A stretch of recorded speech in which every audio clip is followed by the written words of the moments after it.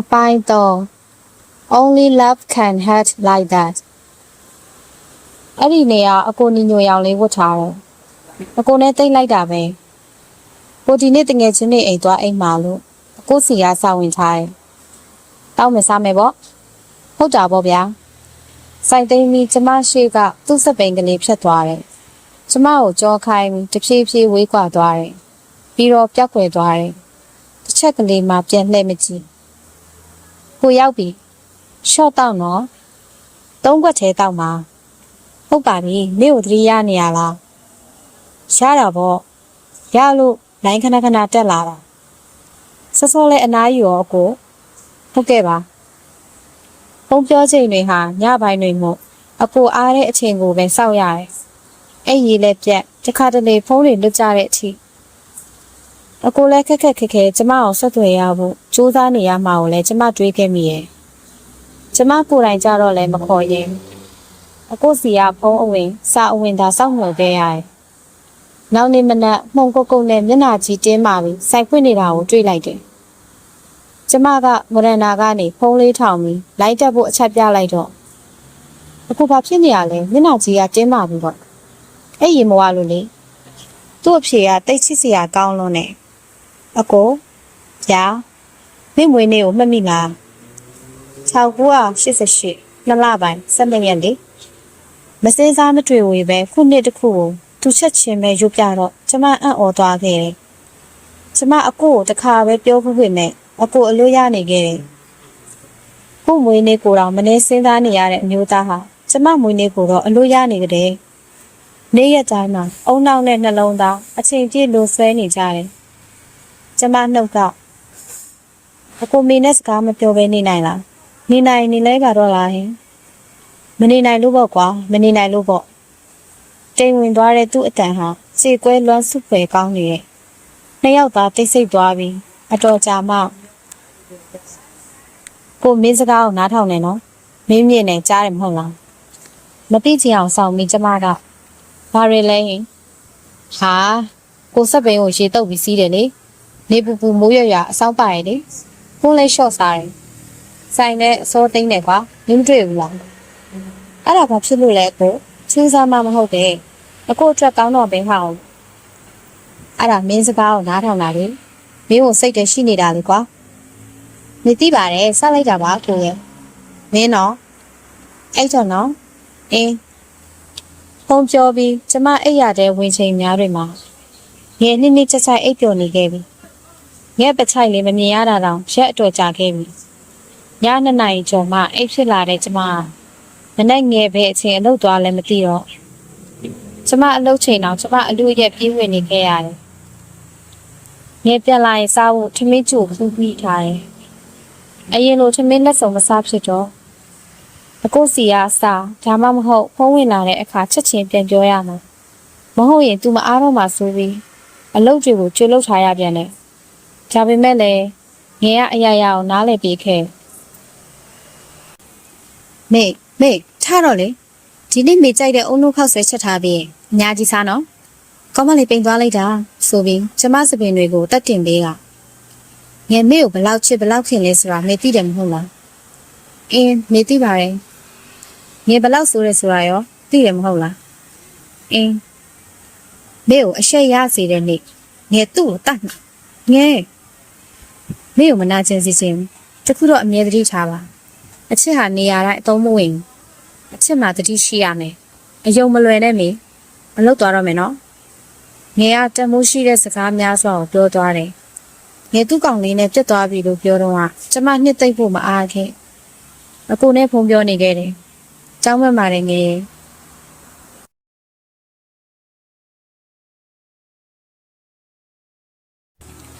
အကိုကြာ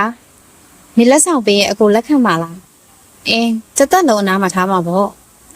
အကိုကိုနားထောင်စေချင်တဲ့တခြင်းတွေရှိတယ်နားထောင်မလားအင်းပြောလေဘယ်တခြင်းလဲ only love can hurt like that အညာအကိုကိုနားထောင်စေချင်တဲ့တခြင်းတွေအကုန်လင်းချပြီးပို့ပေးလိုက်တယ်14ပုတ်ကို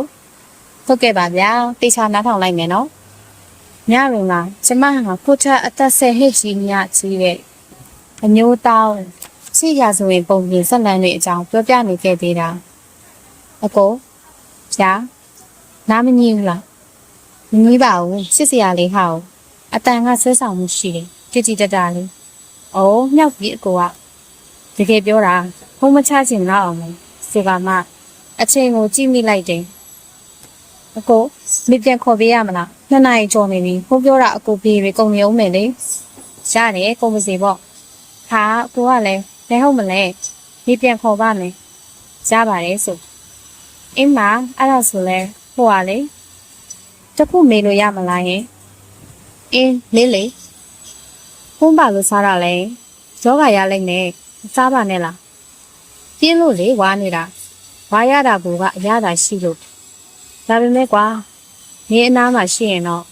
နေနှခမ်းလေးပြောင်းနှမ်းမှာပေါ့ဟာအကိုကလည်းအဲ့ဒီည3 နာရီခွဲတဲ့အထိဖုံးပြောဖြစ်ခဲ့ကြတယ်အဲ့တော့နော်ဒီနေ့လုံးပြင်ပန်းထားရတဲ့ရှင်ဒါပဲလားအင်းလေဒါပဲပေါ့ဘာမှပြောစရာမရှိတော့ဘူးလားပြောစရာတော့ရှိပါတယ်ဒါပေမဲ့အဖိုးကကွန်းသူ့ဘက်ကထားရလိုက်တယ်လမ်းလျှောက်တယ်ရှေးခတ်တယ်ပလုတ်ချင်းတယ်ကျမအားရပါရရှင်မောလိုက်မိတယ်ရပြီဟွာချစ်တယ်ကိုဖုန်းပြောလို့ပြီးသွားပေမဲ့ကျမအိတ်လို့မပြောခဲ့ပါအတွေးများစွာရှစ်ထွေးတွေးနေမိတယ်အကိုကမိန်းမရှိတယ်ကျမကလူလို့ညီသူများမသိပါပဲပိုးပြီးဆက်သွယ်နေခဲ့ကြတယ်ဟုတ်ပြန်ရရောက်နေပြီကန်၅ပါးတဲ့ကတပားကိုလည်းကျူးလို့နေမိပဲပါလားဟာငါကဟုတ်ပြန်နေတာမှမဟုတ်ပဲစကားလေးပဲပြောနေမိတာဒါပေမဲ့နစ်ကိုနေသိတယ်လေမေအင်းသိရလေငါသူ့ကိုချစ်မိနေတယ်လေဘာဖြစ်လဲဘသူ့ကိုမျိုးဆိုင်ရမှာကိုကနင့်ကိုယူပါမလို့လားယူမှာပေါ့အကိုကငါ့ကိုဒီလောက်ချစ်တာနင်ငါ့ကိုယူမှာလားဘာတွေဖြစ်လာမလဲမတွေးတော့ဘူးလားဘာလို့မမောနေရလဲဘာမှမမတ်မောပါဘူးငါချစ်မိနေလို့ပါချစ်မိနေလို့ပါဟာဒီနာကပတ်ဝန်းကျင်ကြီးတိတ်သွားရင်တော့နင်တော့အဆက်ကွဲပြီနေနေမဟုတ်ဘူးငယ်ပါသူများတတွေးကော့တယ်မှာတယောက်တည်းမေးခွန်းပေါင်းများစွာမေးရင်ဖြစ်ရင်ငိုရှင်တဲ့ဆူအောက်လာတယ်ဝနနာမှာဝုန်းကနေဖြစ်လဲသွားပြီခြိုင်ရက်သားဆက်ငိုနေမိပြန်နေဟဲမေ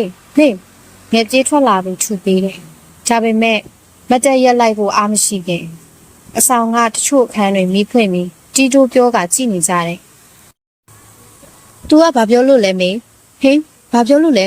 ။ तू ကပုံမှန်ပါပဲ။မေကမင်းအနာဂတ်အတွက်မေတွေးကြည့်မိနေတာ။ငယ်သိလား။မေအကိုကိုချစ်ရုံနဲ့မဟုတ်ဘူး။သူ့မျက်လုံးသူ့အတန်သူ့ဟန်တွေပါမေဆွဲလဲယူတစ်ပြီးဆိုတာ။ပြောပြီးဆက်ငိုနေမိပြန်တယ်။ငယ်ကတော့တိတ်ဆိတ်နေရဲ့ကြောက်မနက်အစောကြီးတကားခောက်တန်ကြားလိုက်ရတယ်ငယ်ချဖွင့်ပေးလိုက်တော့အဆောင်ရှင်ကညကဘာဖြစ်တာလဲသမီးတို့အော်ဟိုကမေနေမကောင်းလို့မူးလဲတာအန်တီခုနာနေတယ်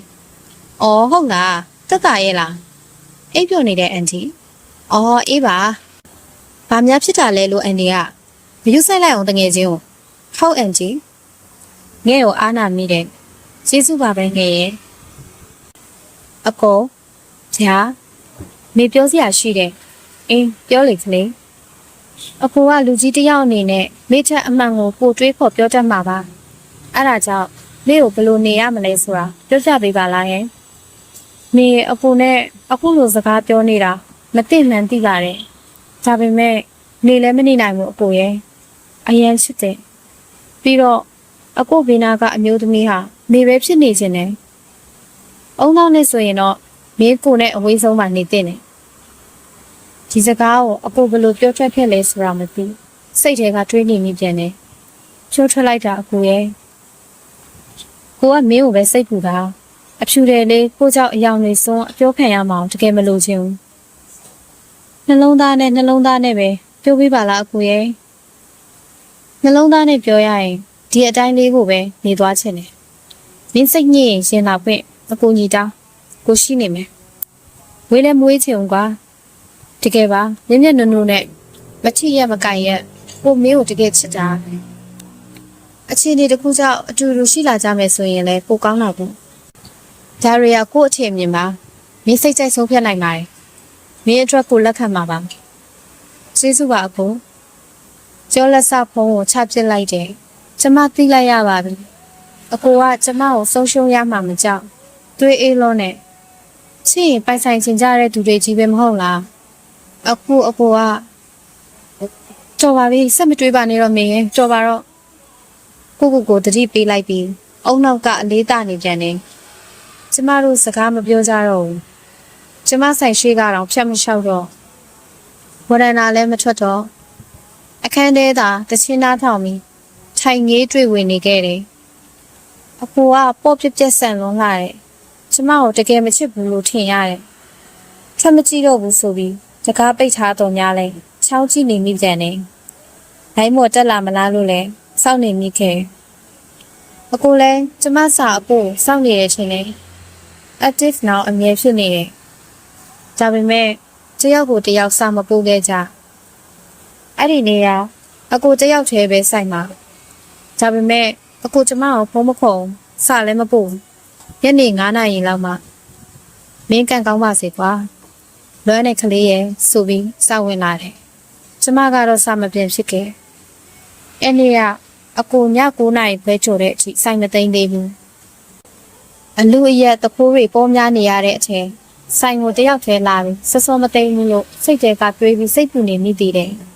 အခုလိုစိတ်ပူရတဲ့ညမျိုးတွေဆိုကျမကဝရဏမှာမီးဖွင့်ပြီးမတက်ထွက်ရက်ပေးနေခဲ့တာ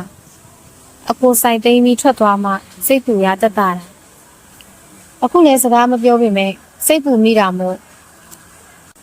ဝရဏမှာတကားဖွင့်ပြီးမတက်ရက်စောင့်နေပေးခဲ့တယ်။မှောင်ထဲမှာဆိုပေမဲ့မျက်ဝန်းညိုတွေကိုချင်းသားမြင်နေရတယ်။သူ့မျက်လုံးတွေမှာသူ့နှလုံးသားတွေနာကျင်နေကြောင်းဖော်ပြနေတယ်။ဆိုင်ကိုချက်ချင်းသိမ်းကစက်ပိန်ကလေးတစ်ဖြည်းဖြည်းကျမရှိရရွေးလာပြန်နေ။ကျမကြောပေး၍နေလိုက်မိတော့တယ်။တောမှာတော့အကိုရဲ့နောက်နေ့ငယ်မိတ်ဆက်ပေးထားတဲ့တဲဟာတယောက်ကိုလက်ခံစကားပြောနေမိခဲ့တာချိုလူနဲ့ဖုံးပြောနေပေမဲ့လည်းကို့အကျွေးနဲ့ကိုစိတ်စိတ်နေခဲ့တယ်အခုဖုံးဝင်လာတာနဲ့ပြောလက်စဖုံးကိုချတာအခုဖုံးကိုကင်လိုက်မိတယ်ဟယ်လိုခုနဖုံးပြောနေတာဘာလို့လဲအကြကြီးပဲစိတ်ထဲတနုံနုံနဲ့ဘာလို့လဲမေးကောင်လေးအချိန်ကြာအကိုတိတ်ဆိတ်သွားပြီအင်းမ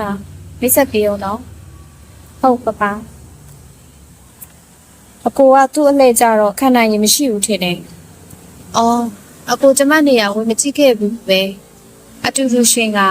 အကိုတို့ထိုင်နေကျမဘလောက်နာကျင်ရမယ်ဆိုတာပတ်ဝန်းကျင်ကသိသွားခဲ့။ဘာတွေဖြစ်လာမလဲ။ကျူးလို့မိတဲ့ကံအကြောင်းတွေတွေးရင်ဘလောက်နာကျင်ရတယ်။ကျမအထွေးတွေနဲ့ဘလောက်ပင်ပန်းနေမလဲဆိုတာတွေးကြည့်ဘူးရဲ့လားအကို။အုံနောက်ကသတိပေးလိုက်နှလုံးသားကသတိပြတ်လိုက်နဲ့နေ့စဉ်ယူနေပြီဆိုတာလဲမဖြစ်ဘူးမလားမသိဘူးမလားယံပြောမထွက်ခဲ့တဲ့စကားတွေကိုမျိုးသိမ့်လိုက်ပြီးညီတက်နေမိခဲ့တယ်